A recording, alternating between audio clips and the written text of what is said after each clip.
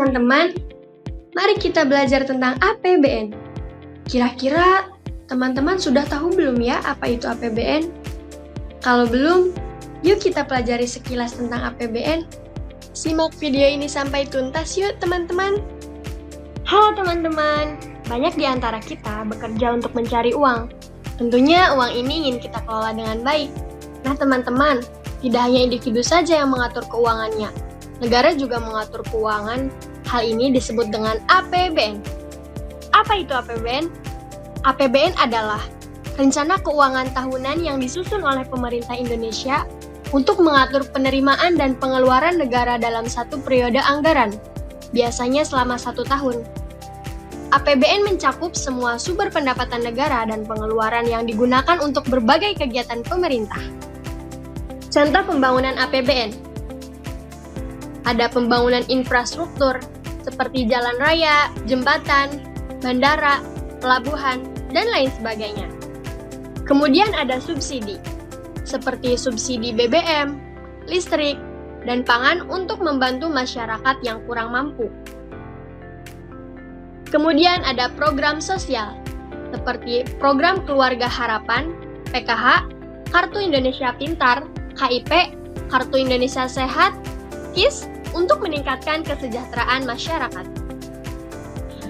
APBN ini diawasi oleh Badan Pemeriksa Keuangan atau BPK yang bertugas melakukan audit untuk memastikan dana digunakan sesuai dengan peraturan, dan Komisi Pemberantasan Korupsi atau KPK yang bertugas mengawasi dan menangani kasus korupsi yang melibatkan dana APBN.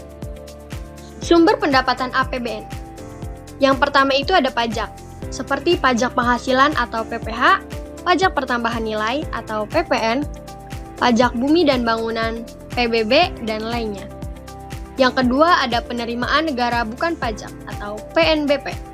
Contohnya dari hasil tambang, hutan, perikanan, dan jasa. Yang ketiga ada hibah, bantuan dari negara lain atau lembaga internasional. Tantangan dalam APBN. Ada defisit anggaran. Jika pengeluaran lebih besar daripada pendapatan, pemerintah harus mencari pinjaman. Kemudian ada efisiensi penggunaan dana. Menggunakan dana dengan bijak agar mencapai hasil yang maksimal. Kemudian ada korupsi. Menjaga agar dana tidak disalahgunakan. Mari kita sebagai generasi muda ikut berperan dalam mengawasi dan mendukung pengelolaan APBN yang transparan dan akuntabel.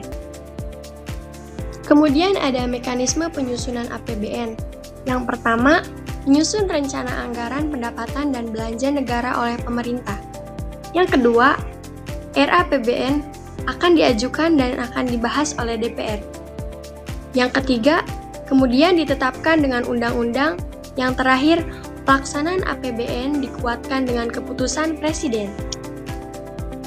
Jadi, itulah gambaran singkat tentang APBN. Semoga informasi ini bisa menambah pemahaman kita semua ya. Terima kasih sudah menyimak. Sampai jumpa di pembahasan berikutnya.